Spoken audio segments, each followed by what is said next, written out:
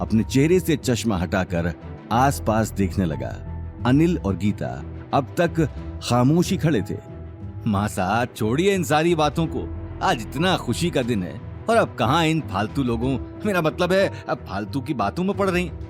आप मेरे साथ आइए, मैं कार लेकर आया हूँ, मैंने शनाया को भी नीचे बुला लिया है। ये बात सुनते ही गायत्री देवी गुस्से में बाहर जाने लगी, लेकिन तभी उसने मुड़कर अवनी के कंधे पर हाथ रख दिया। अभी ये बात खत्म नहीं हुई है, इसका जवाब मैं तुम्हें दूंगी और कैसे दूंगी ये तुम देखती जाओ। गायत्री देवी ये बोलकर कमरे से बाहर निकल गईं। आखिर क्या होगा गायत्री देवी का अगला कदम? अवनी अपनी ही दादी का ये रूप देखकर अंदर ही अंदर टूट चुकी थी। वो किसी से बिना कुछ कहे कमरे से बाहर निकल गई। गौतम भी उसके पीछे बाहर आ गया। वहीं दूसरी तरफ कार आने की बात सुनते ही शनाया के चेहरे पर खुशी की लहर दौड़ गई और वो दौड़ते हुए कार देखने आ गई। कैसी लगी कार शनाया बेटी? शनाया ने खुश होते हुए जवाब दिया, वाओ चाचू, इट्स अमेजिंग, ये तो बहुत महंगी होगी। इस बात का जवाब देने से पहले ही करणवीर अवनी और गौतम को आते हुए देखने लगा। उन्हें देखते ही उसने अपनी छाती चौड़ी कर ली।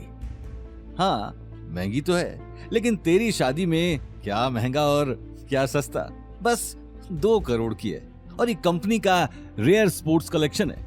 तेरे चाचा ने खास तुझे देने के लिए बुक की थी।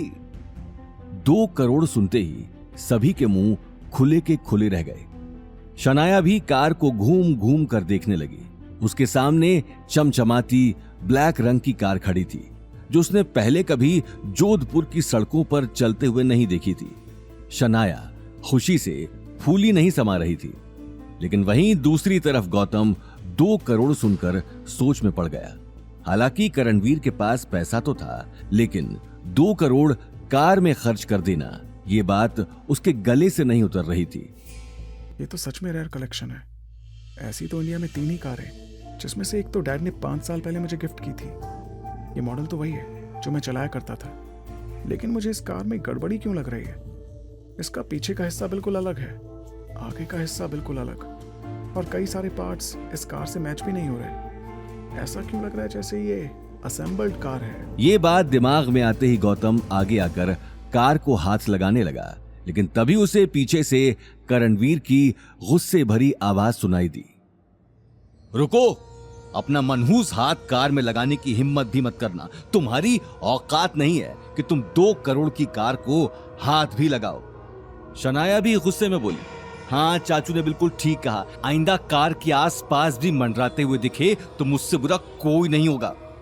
शनाया की आंखों में कल की हुई बेइज्जती का गुस्सा साफ दिखाई दे रहा था, जो अभी तक ठंडा नहीं हुआ था।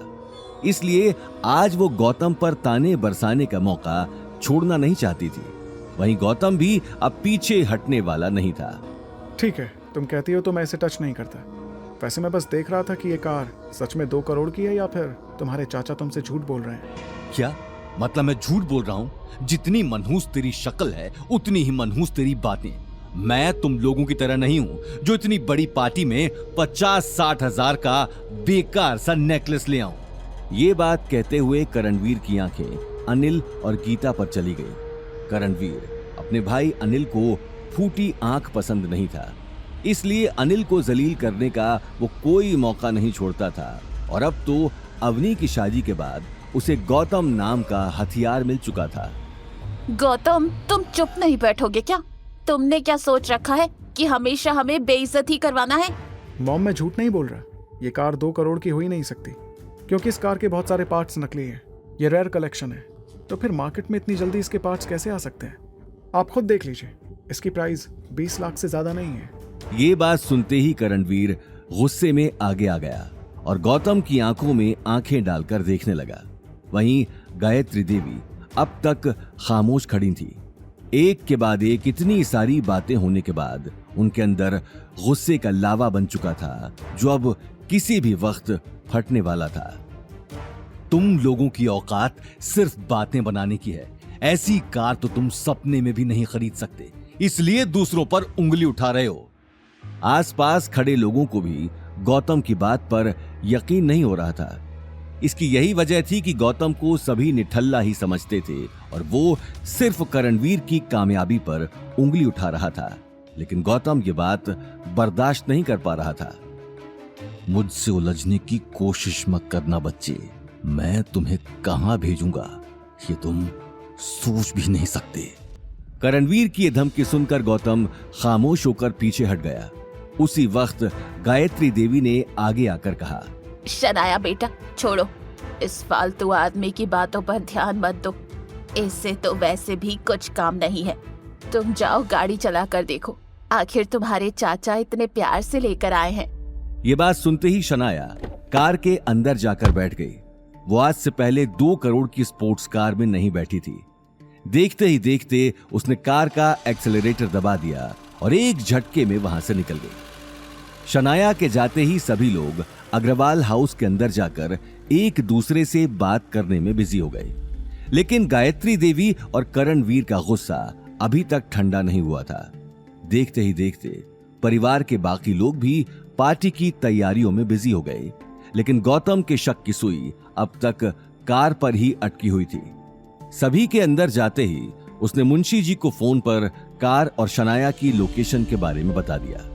वहीं दूसरी तरफ शनाया कार ड्राइव करते हुए हाईवे तक पहुंच चुकी थी। एक तरफ उसके दिल में सिद्धार्थ से शादी की खुशी थी, तो दूसरी तरफ कार मिलने की खुशी थी, जिसे मनाने के लिए वो एक पल के लिए सब कुछ भूल चुकी थी। लेकिन कुछ ही देर में उसकी ये खुशी हवा की तरह गायब हो गई, जब उसे हाईवे के बीचों बीच बहुत सारे पुलिस वाले बैरिकेड्स लगाए खड़े दिखाई दिए। उन पुलिस वालों को देखते ही शनाया ने अपनी कार साइड में लगा दी। शनाया गुस्से में इंस्पेक्टर से बोली, व्हाट द हेल, मुझे क्यों रोका? हम लोग चोरी की कार्स ढूंढ रहे हैं जिन्हें दूसरी सिटी से चोरी करके जोधपुर में मॉडिफाई किया जा रहा है। मुझे शक है कि आपकी कार उनमें से एक है, इसलिए आपसे पूछताछ करनी है मैडम। शनाया चिढ़ते हुए बोली, क्या ऑफिसर, आपको शायद कोई गलत फहमी हुई है। ये कार तो मुझे मेरे चाचा ने वेडिंग गिफ्ट दी है, ये चोरी की कैसे? अच्छा, तो फिर तो हमें आपके चाचा से मिलना पड़ेगा। हवलदार, मैडम को गाड़ी में बैठाओ और इनकी कार को पुलिस स्टेशन पहुंचा देना। इंस्पेक्टर की बात सुनते ही हवलदार एक झटके में कार लेकर वहां से निकल गया। चलिए मैडम, आपके चाचा के पास।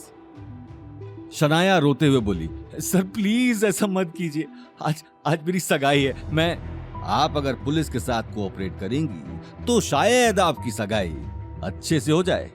शनाया चुपचाप कार में जाकर बैठ गई। वहीं दूसरी तरफ शनाया को गए हुए लगभग 1 घंटे से ज्यादा हो चुका था।